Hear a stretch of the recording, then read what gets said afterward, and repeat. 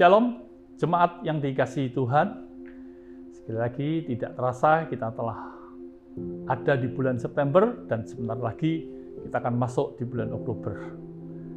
Dan tahun ini kita telah lewati menjadi tahun-tahun yang unik, menjadi tahun-tahun yang tidak nyaman, tapi juga di dalamnya kita melihat bagaimana campur tangan Tuhan, pertolongan Tuhan tepat pada waktunya, pertolongan Tuhan yang menyertai kita semuanya. Dalam kesempatan minggu ini, saya ingin berbagi kepada kita semuanya tentang komunikasi yang efektif. Kenapa saya sampaikan hal ini? Tentunya nanti akan berkaitan dengan tema kita, Resetting Edward. Tapi yang lebih daripada itu, saya melihat bahwa komunikasi yang efektif ini menjadi sebuah pembelajaran yang terus-menerus. Karena apa? Ya karena dinamika yang terus berkembang.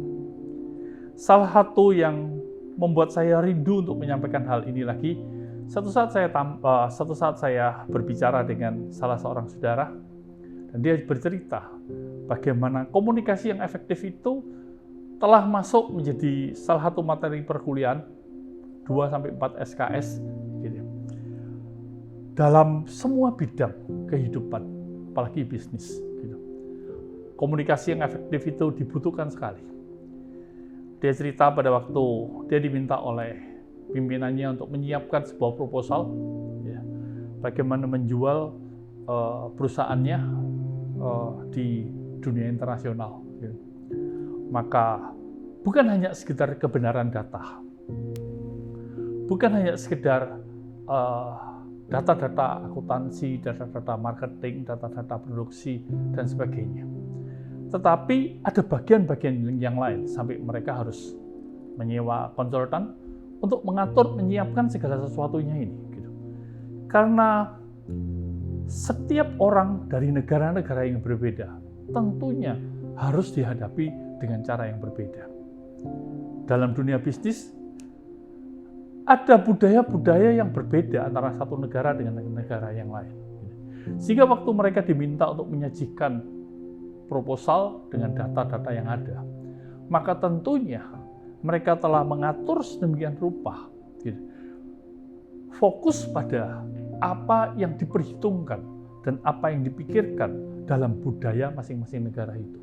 Sehingga mungkin saja antara satu proposal dengan proposal yang lain berbeda, tapi isinya tetap bagaimana data itu diolah sedemikian rupa dan disampaikan dengan cara yang tepat sesuai dengan kebutuhan dan sesuai dengan pendekatan-pendekatan dari masing-masing negara itu.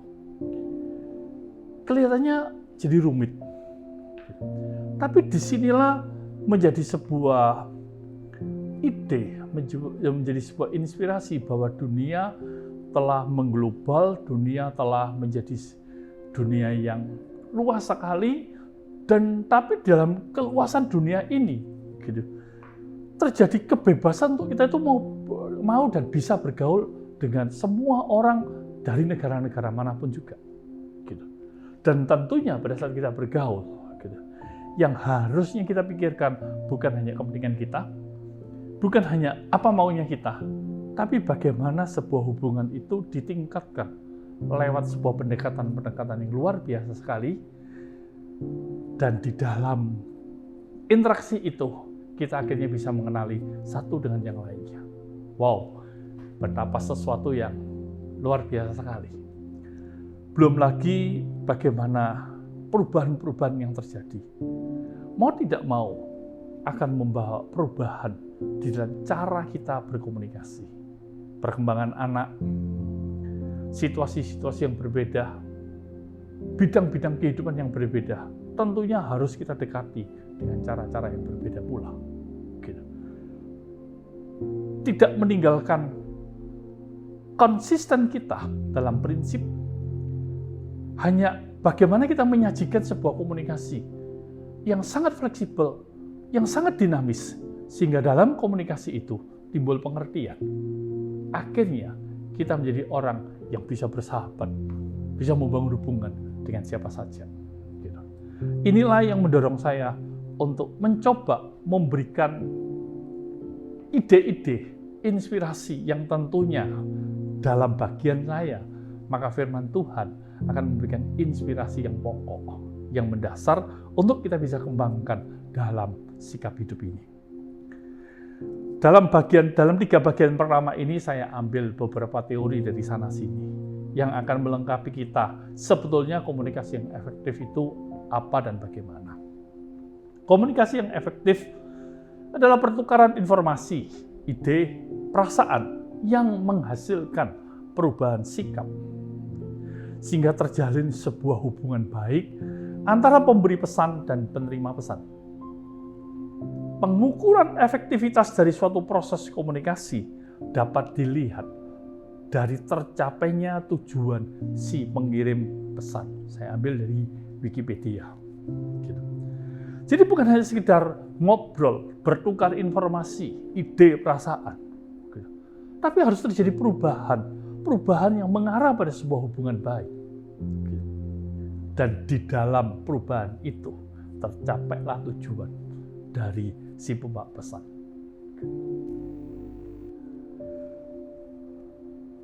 Komunikasi yang efektif, kata komunikasi itu atau communication dalam bahasa Inggris berasal dari bahasa Latin communis yang artinya sama, communico. Communication atau communicare yang berarti membuat sama.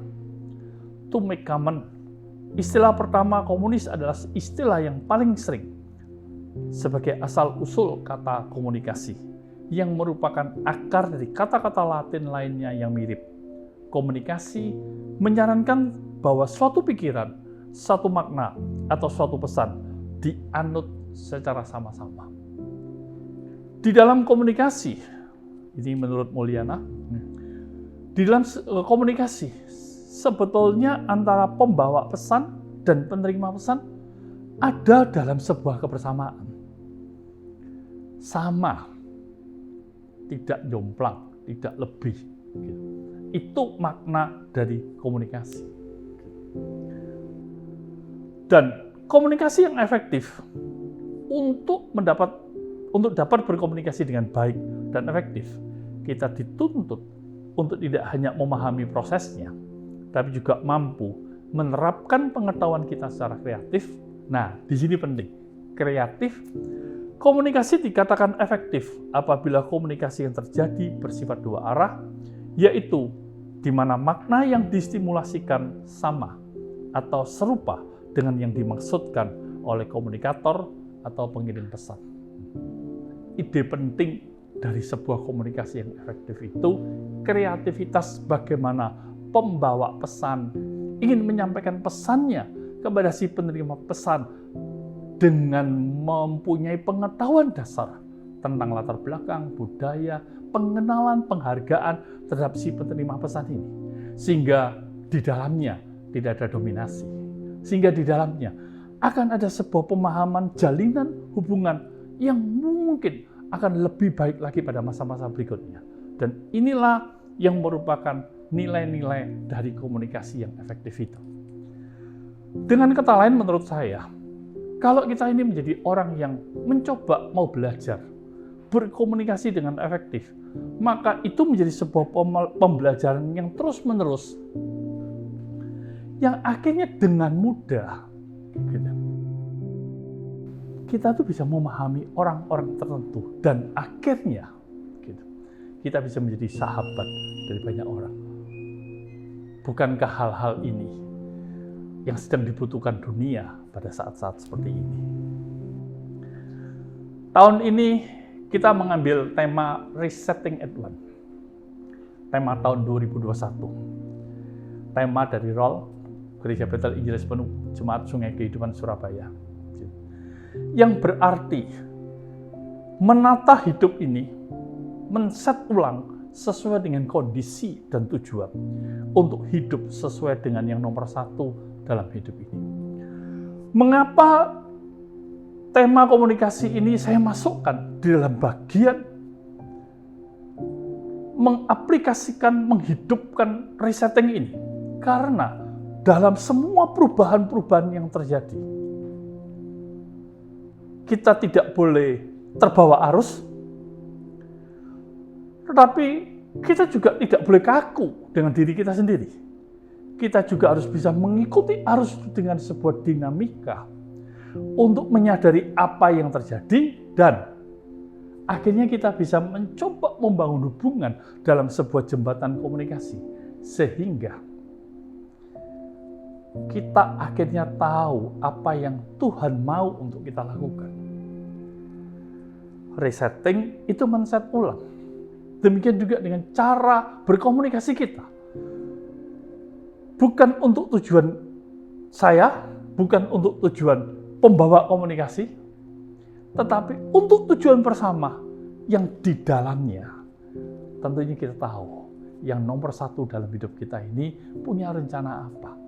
Tanpa seperti itu, maka kita hanya mempelajari ilmu berkomunikasi yang akhirnya kita pakai hanya untuk kepentingan-kepentingan tertentu saja, termasuk kepentingan diri kita sendiri.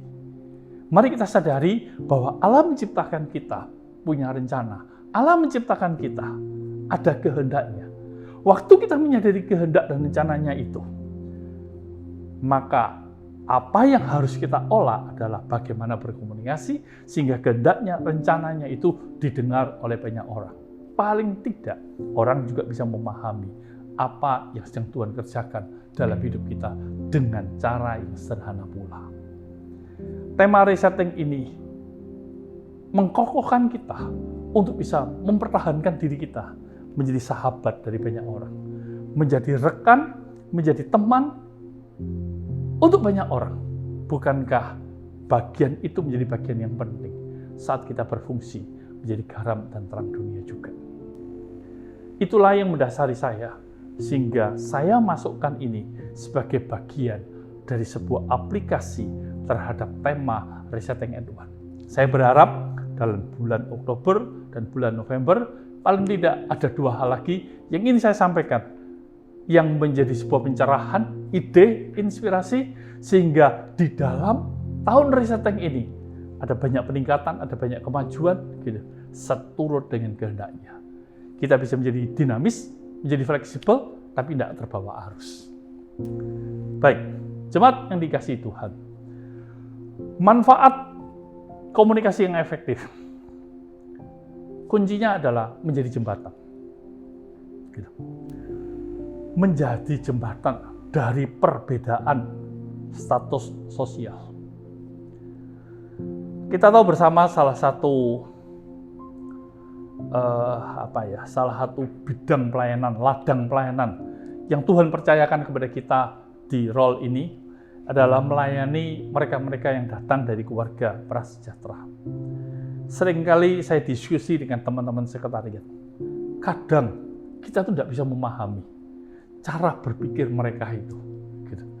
Kadang kita tidak jelas. Gitu. Kalau menurut kita sih apa yang mereka lakukan tuh ya karepe dewek gitu.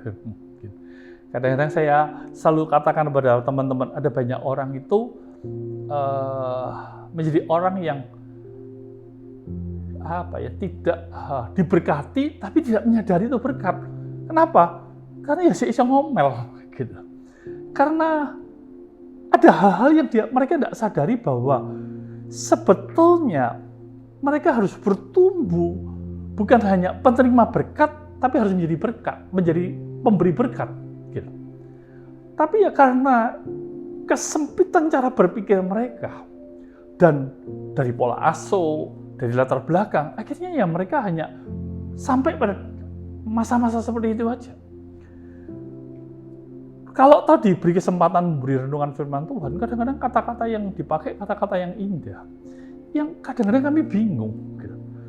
Tapi nggak ada pilihan lain, gitu. Untuk tetap menjadi orang-orang yang Tuhan percayai dalam melayani mereka, maka kita harus mencoba menggali, duduk bersama dengan mereka, bercerita, dan kemudian mencoba mengangkat mereka, mendorong mereka, sehingga mereka oleh kesadaran mereka sendiri bertumbuh dalam sebuah tingkat-tingkat kehidupan yang lebih baik lagi. Komunikasi yang efektif akan menjadi jembatan dari perbedaan antar generasi. Itu paling gampang. Kalau saya harus berbicara dengan Haniel, kadang-kadang apa yang dibicarakan saya tidak mengerti. Apalagi kalau sudah bicara soal game. Dan kadang-kadang dengan spontan aja Aniel bilang, papi sih, gitu, tidak mengetahui teknologi terkini. Gitu. Ya, saya tertawa, gitu. Karena apa yang dipahami dia tidak saya pahami dengan baik. Gitu. Apakah terus saya biarkan? Tidak.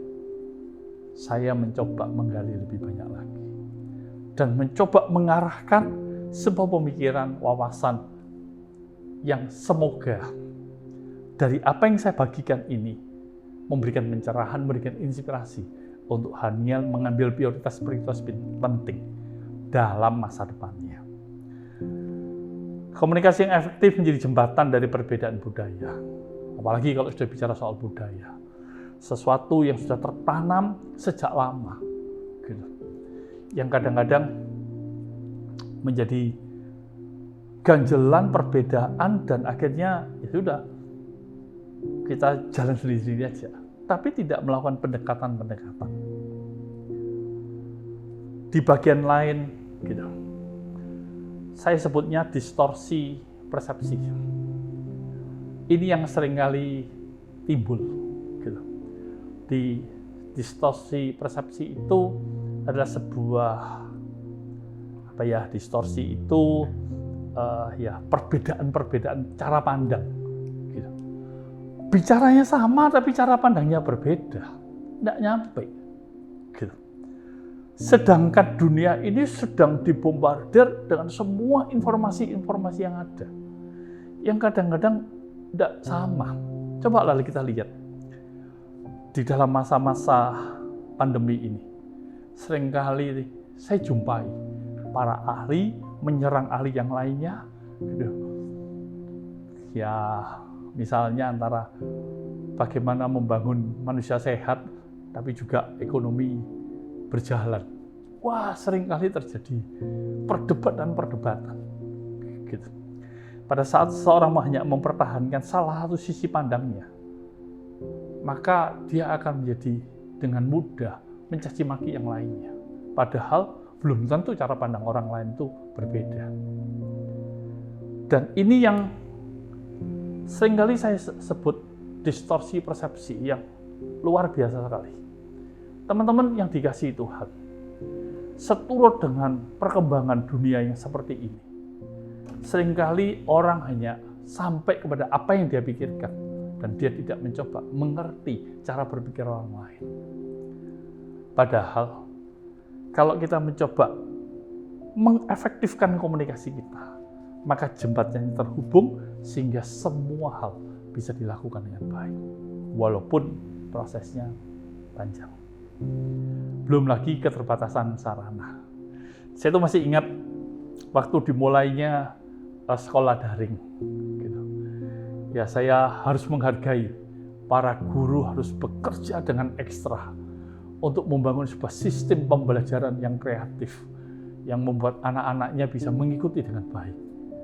Yang kadang-kadang mereka pun juga kadang-kadang sama seperti saya, gitu ya. Gaptek, gitu ya. Nggak ngerti gitu, dalam sebuah sesi pembelajaran yang diikuti oleh Haniel. Gitu. Saya lihat anak saya jadi ribut. Gitu. Dia berkata, Miss, gitu. Belum di-unmute. Gitu. Padahal si gurunya sudah bercerita dengan semangatnya, dengan panjang lebarnya. Gitu. Rupanya dia belum ngeklik mute jadi unmute. Gitu. Padahal dia sudah sampai pada batas tertentu menerangkan dengan gaya dan semangatnya. Dan murid-murid yang lainnya bingung untuk mengingatkan sampai pada satu titik, oh ya, saya belum unmute, gitu ya. Dia harus ulangi lagi. Kemampuan kita untuk mengikuti teknologi tidak sama. Belum lagi kadang-kadang ada orang yang begitu baca WA bisa marah-marah karena bahasa WA tentunya beda dengan bahasa verbal.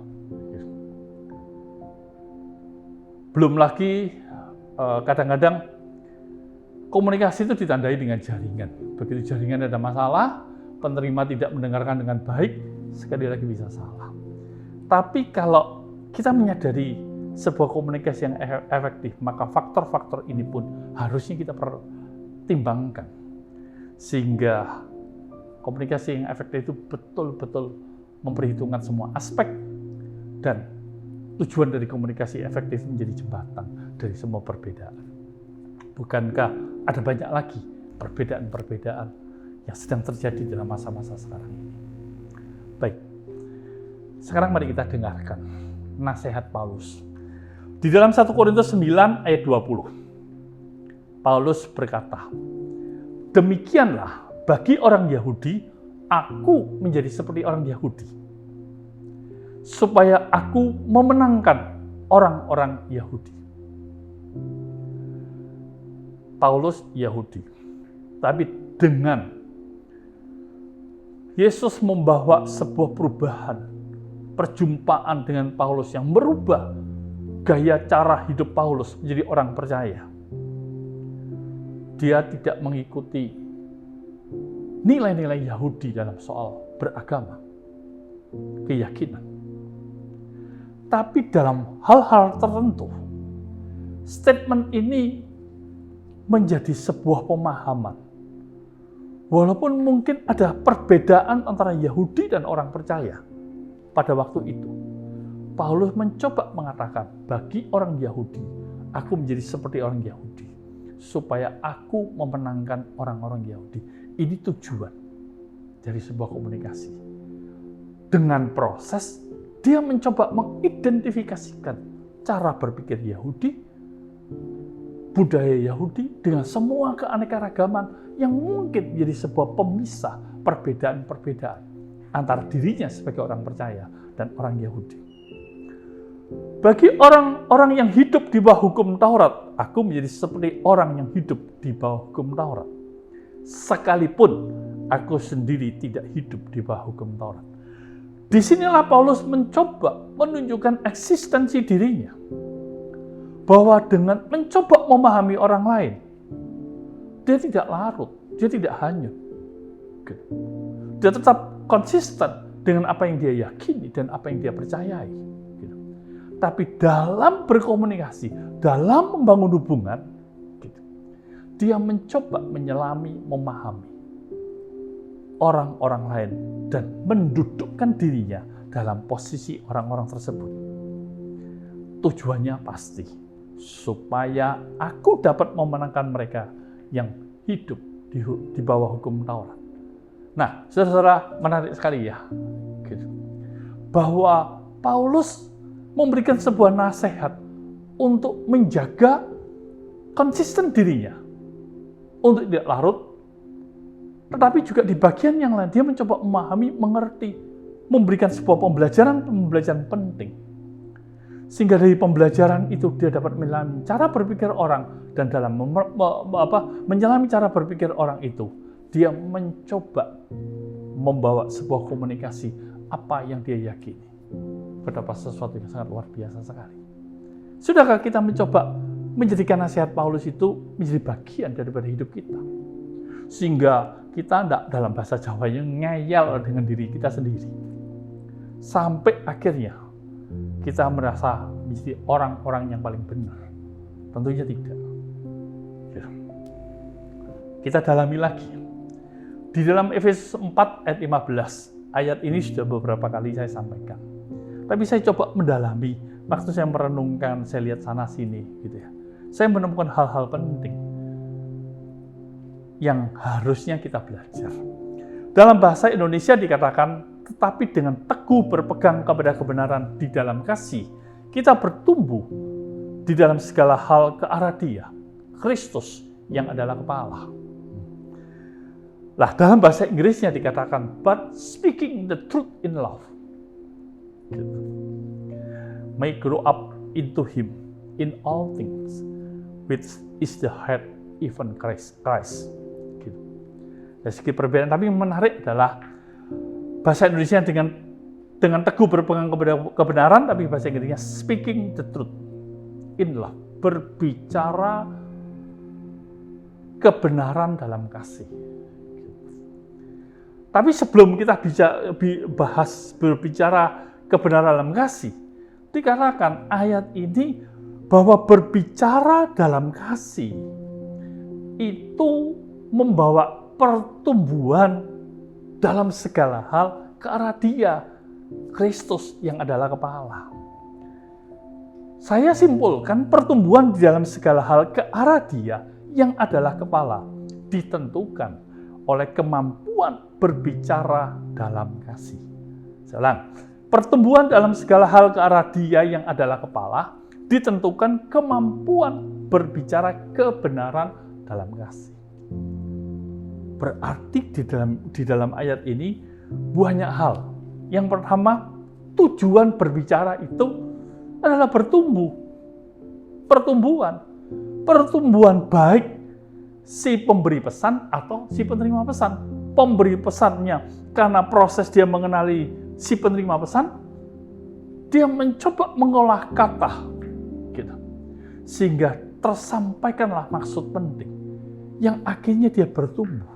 Pada saat dia mengalami kegagalan dan pada saat dia mengalami masalah, maka pilihannya adalah mencoba datang kepada si komunikator agung, yaitu Tuhan Yesus Kristus, untuk belajar sehingga bisa menyampaikan sesuatu kepada penerima pesan.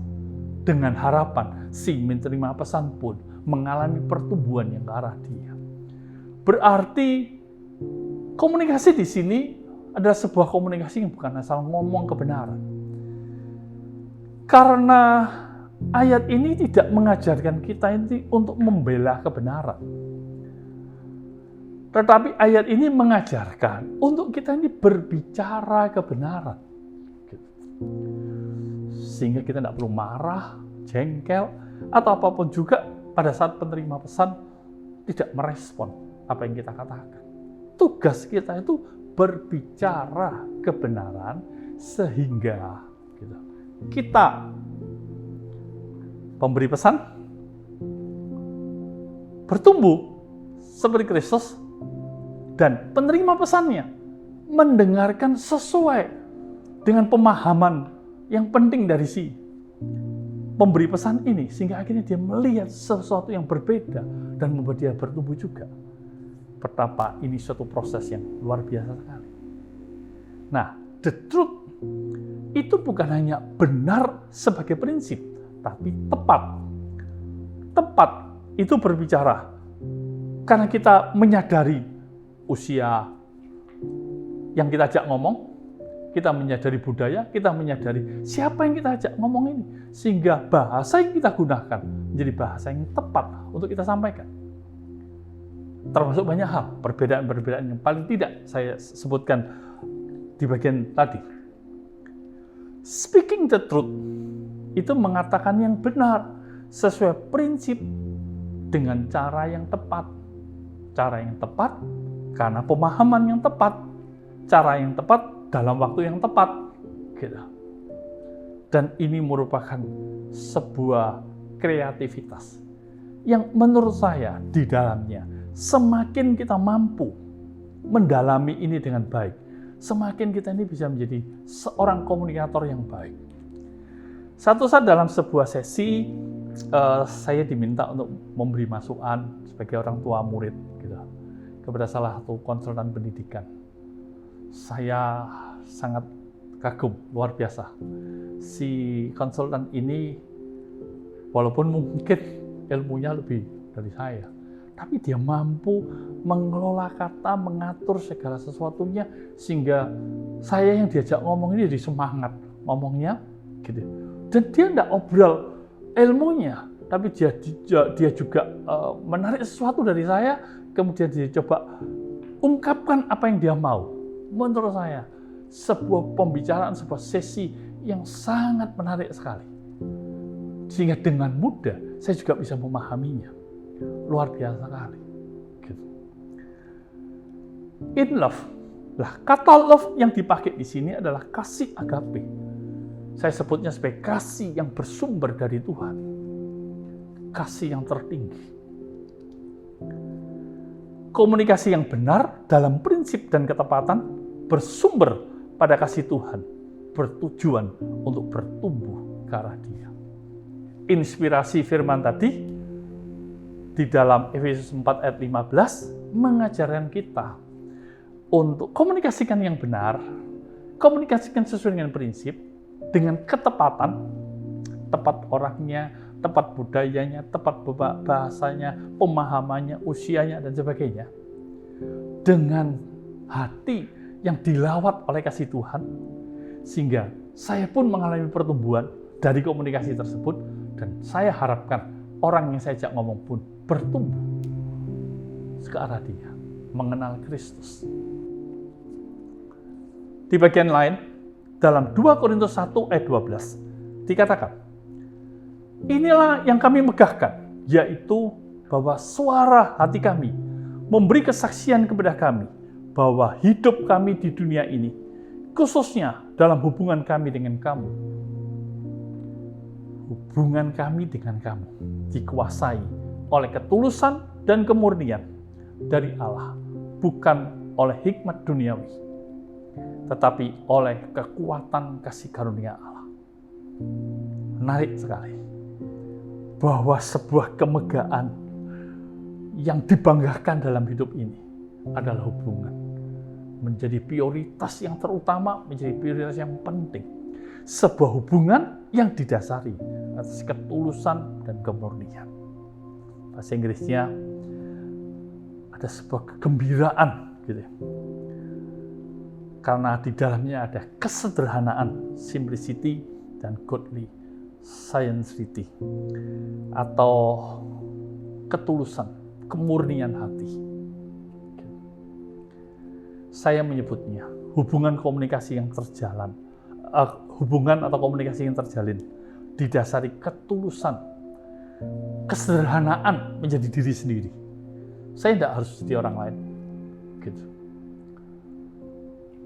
Saya mencoba mengelola diri saya sendiri dan tetap murni, tidak memanfaatkan orang lain dalam berkomunikasi. Sekali lagi, Efesus tadi berkata bahwa kita tuh tidak pernah ditugaskan untuk jadi pembela kebenaran, sehingga kita tidak perlu marah-marah. Gitu. Kita ini ditugaskan untuk menyampaikan kebenaran, memberitakan kebenaran. Kebenaran yang terjadi, yang kita alami, karena kasih Kristus itu menguasai hidup kita. Dan kasih Kristus yang menguasai hidup kita itulah yang memproses hidup kita menjadi tulus, apa adanya, sederhana menjadi diri kita sendiri, dan murni. Tidak memanfaatkan. Bukan mencari kepentingan diri kita sendiri dalam berkomunikasi. Cobalah kadang-kadang kita lihat, apa saja bisa dipakai. Agama, perbedaan, gitu ya. Perbedaan budaya, perbedaan bahasa. Sehingga orang bisa mencari celah hanya menguntungkan dirinya sendiri. Padahal tugas kita ini adalah membawa damai, membangun persahabatan. Kekuatan kasih karunia itu dilimpahkan pada saat orang tidak layak dapat dilayakkan. Dan ini membawa kita dalam sebuah proses pertumbuhan, sebuah peningkatan kehidupan yang luar biasa sekali. Saya menyebutnya komunikasi yang efektif bagi orang percaya adalah kreativitas, menyampaikan informasi, ide, perasaan yang membawa perubahan karena hubungan baik, sehingga gambaran Kristus menjadi nyata. Maksud saya begini, siapapun yang kita ajak ngomong, entah dalam sebuah usaha bisnis, dalam komunitas di kampung, di gereja, ya. Tentunya sebagai orang percaya, kita membawa gambaran Kristus itu. Tujuannya seperti itu. Tujuan hidup yang kita usahakan, yang kita perjuangkan adalah Kristus itu nyata dalam hidup kita. Bukan soal Injilnya, tapi soal orang melihat Yesus ada dalam hidup kita ini. Kalau itu menjadi bagian dari kehidupan, gaya hidup, cara hidup, tentunya juga akan mempengaruhi cara kita berkomunikasi. Sehingga ide, perasaan, informasi itu dapat tersampaikan. Walaupun ada perbedaan, hubungan baik tetap terjaga. Di bagian ini, maka ukuran komunikasi efektif menunjukkan kemampuan kita untuk mengelola emosi. Kenapa orang marah? Ya mungkin karena orang tidak cocok dengan kita dalam banyak hal. Dan respon kita menunjukkan dominasi kita. Padahal perbedaan bisa saja terjadi. Dengan komunikasi efektif, kita membuat jembatan, membuat cara, gitu. Sehingga akhirnya kita redam. Ada bagian dari sebuah kondisi, saya bisa beda pendapat dengan banyak orang. Tapi untuk sementara diam dan mengerti apa yang dijadikan perbedaan pendapat ini, membuat saya tidak cepat marah. Dan itu menjadi bagian dari kebiasaan juga. Pada saat saya harus berkomunikasi dengan Haniel, ada kalanya marah. Saya tahu belajar tentang pendidikan anak, kadang-kadang ya kadang-kadang bisa jengkel. Dan saya tanya kepada papi, ayah, bapak, yang lainnya, ya kurang lebih sama. Gitu. Kadang-kadang jengkel dan emosi. Gitu. Tapi kan anak saya tidak bisa dirubah dengan emosi saja. Disinilah yang saya harus lakukan adalah mengurangi tensi dan mencoba mendekati dia dengan cara-cara yang berbeda, dengan cara-cara yang kreatif. Dan itu mendorong saya untuk akhirnya saya bisa menjadi orang mengelola emosi saya dengan baik. Dan komunikasi yang efektif itu membuat kita bisa menghargai perbedaan. Seperti yang saya sebutkan pada bagian yang pertama, bukankah dengan larutnya informasi, bukankah dengan jalannya waktu ini, perbedaan itu menjadi semakin banyak sekali. Nah, kalau kita tidak terbiasa untuk menghargai perbedaan, maka kita menjadi orang yang berdiri kaku dan tidak bisa menerima yang lainnya dengan baik.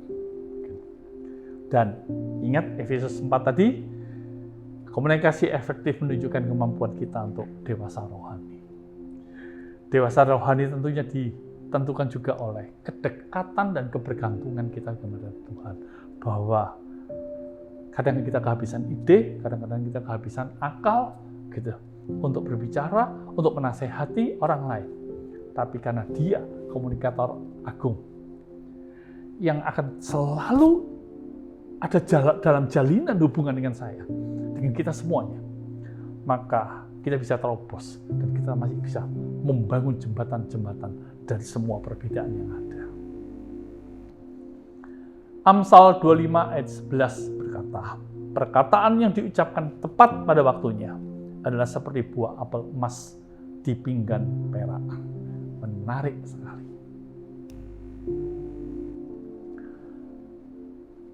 Hal yang lain adalah komunikasi yang efektif bagi orang percaya adalah tersampaikannya informasi, ide, perasaan, bukan sekedar kata-kata, tapi dari hati.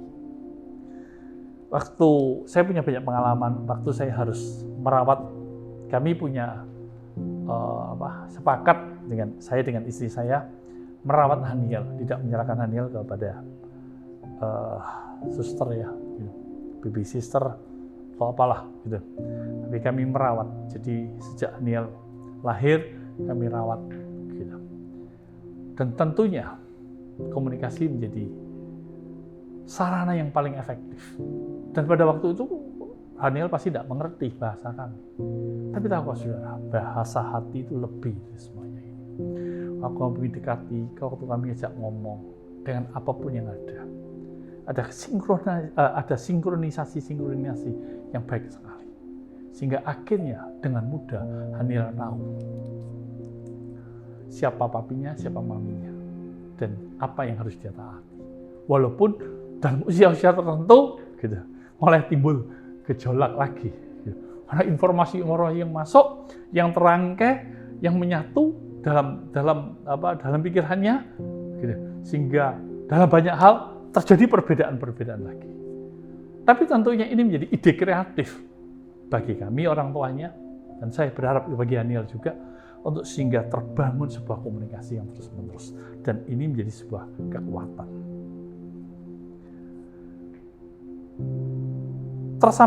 Tersampaikannya informasi, ide, perasaan bukan sekedar kata-kata, tetapi dari hati yang menghargai orang lain. Ini menjadi garis bawahi. Kembali ke kitab Kejadian, bukankah kita diciptakan menurut gambar dan rupa Allah?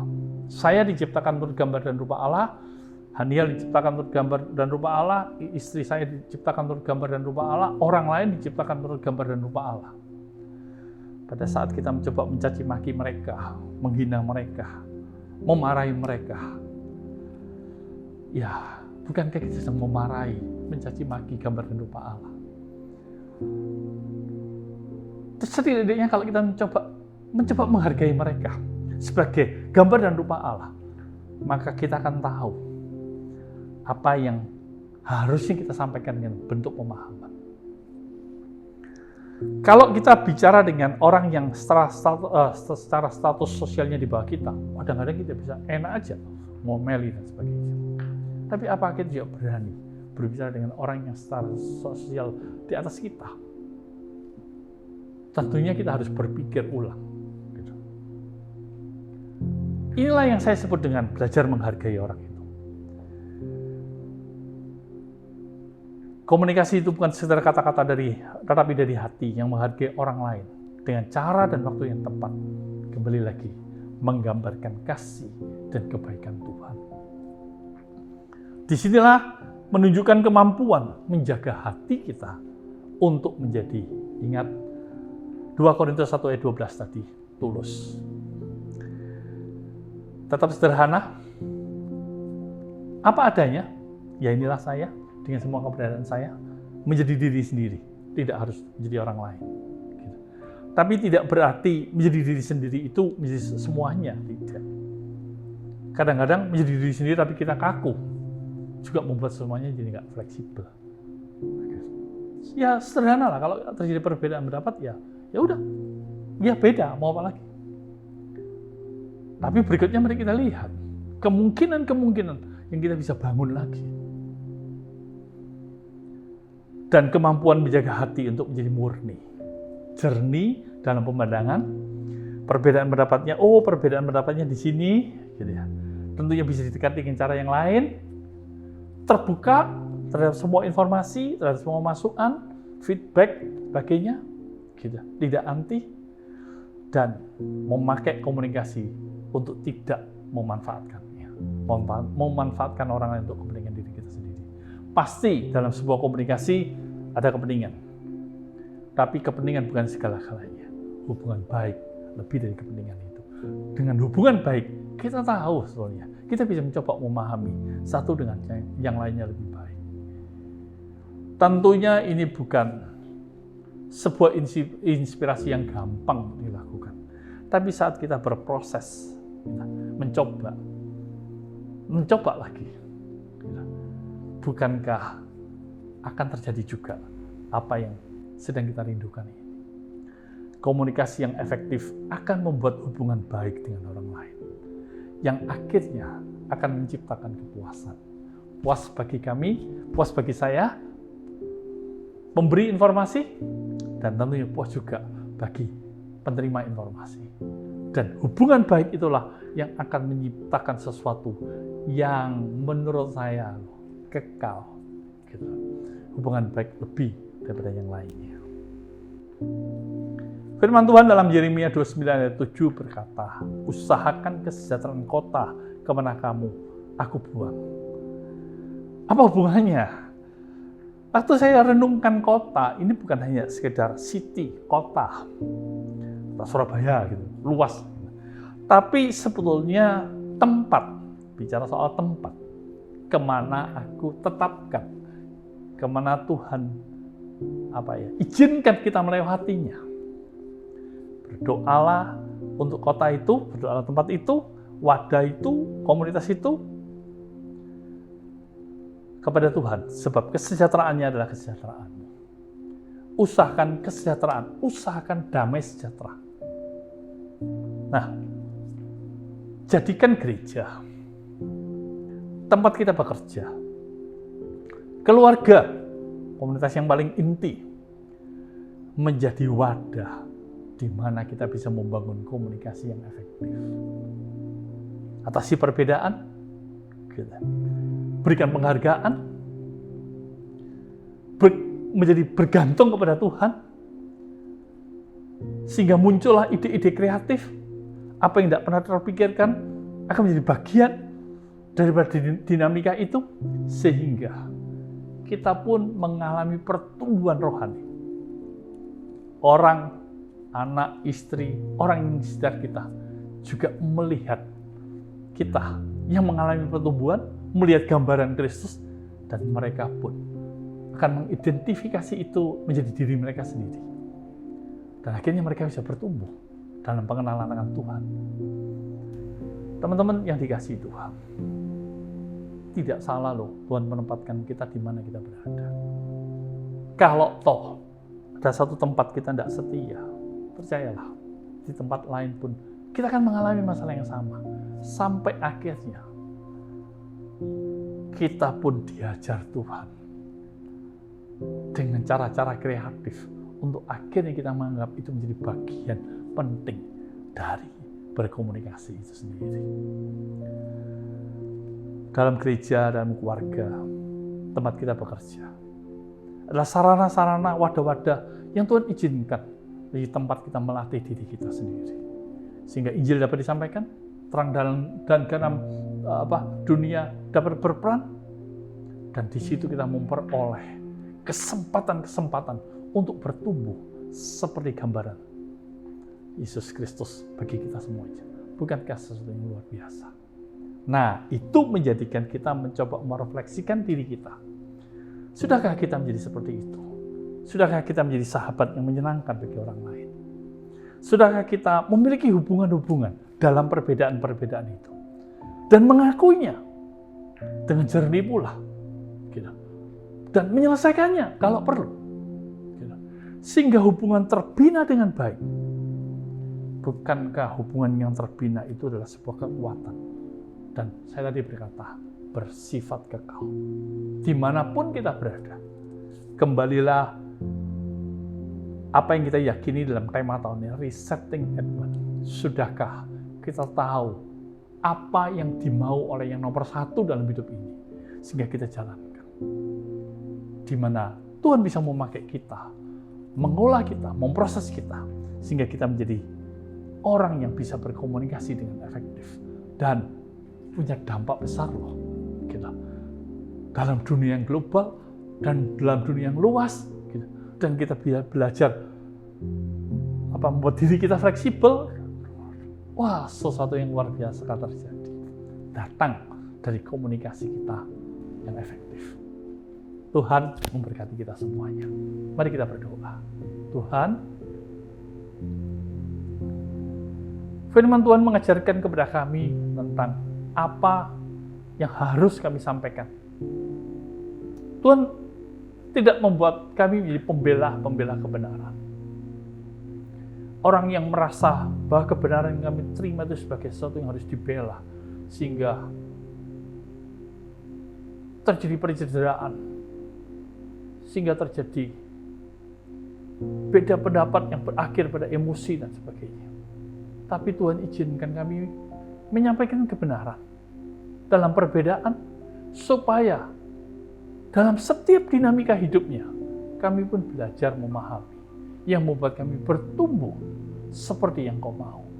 Tuhan, buat kami mengerti, buat kami menyadari titik-titik lemah kami, dan ajari kami dalam masa-masa ini untuk terus membangun komunikasi yang baik, yang efektif, sehingga keberadaan kami menjadi sahabat bagi orang lain, menjadi teman bagi orang lain, dan dunia diberkati karena gambaran Kristus itu nyata dalam hidup kami. Biarlah kami dikenang karena hal-hal yang baik, yang karena pengenalan kami akan Tuhan. Orang melihat, orang menyaksikan kebaikan kasih Kristus dalam hidup ini lewat cara kami berkomunikasi. Sebelum kami menutup tahun ini, buatlah kami juga merefleksikan diri kami, sehingga kami memiliki peningkatan hidup dengan cara berkomunikasi yang efektif. Terima kasih Tuhan. Engkau Allah yang baik untuk kami. Dan Engkau Allah segala zaman yang membawa kami tidak pernah ketinggalan dalam setiap masa, tetapi semakin bergantung dan bersahabat dengan banyak orang. Terpujilah nama-Mu karena kasih setia-Mu, bahwa jemaat-Mu bertumbuh. Bukan hanya tahu tentang kebenaran firman-Mu. Ajari kami bertumbuh saat kami belajar menyampaikan kebenaran kepada orang lain dengan cara yang bijak, cara yang sederhana, tidak mencari keuntungan. Dan orang menerimanya. Dan akhirnya kemuliaan hanya bagi nama Tuhan. Terima kasih Tuhan. Terpujilah nama-Mu, dalam nama Tuhan Yesus yang berdoa. Amin.